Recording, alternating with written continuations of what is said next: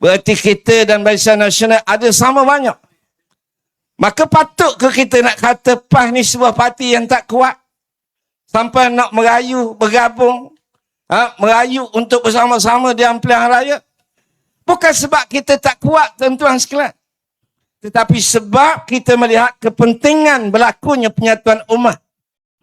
Kita melihat berlakunya kepentingan untuk parti-parti bergabung. Perikatan Nasional Negeri Pahang sangat bersedia untuk berlakunya penyatuan umat di negeri Pahang.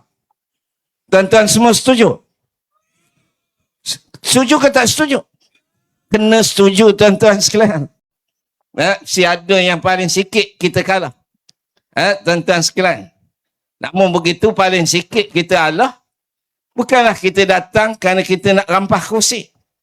Tapi kerana kita nak kepada penyatuan umat. Tapi kalau mereka tak nak juga penyatuan umat, kita lawanlah Padang Tengku ni. InsyaAllah kita boleh menang. Sebab kalau bukan banyak sangat pun, kita nak beritahu begitu. Kita nak